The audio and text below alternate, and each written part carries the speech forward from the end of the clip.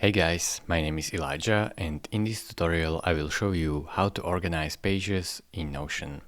So there is multiple ways to organize your pages.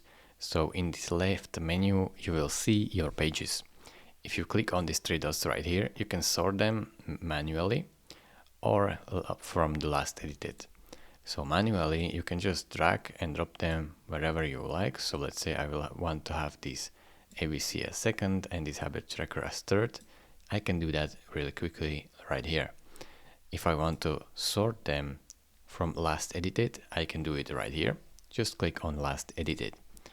Now it will automatically sort, so we will see at the top the last edited page. You can also show 5 items or even 10 items, 15, 20, or even all if you want. And you can also, all of this private section, you can move it down below theme spaces if you want. So click on move down. And as you can see, you can do that and move up. Thank you very much for watching. If this video was helpful to you, consider subscribing and liking this video, and I will see you in the next tutorial. Bye bye.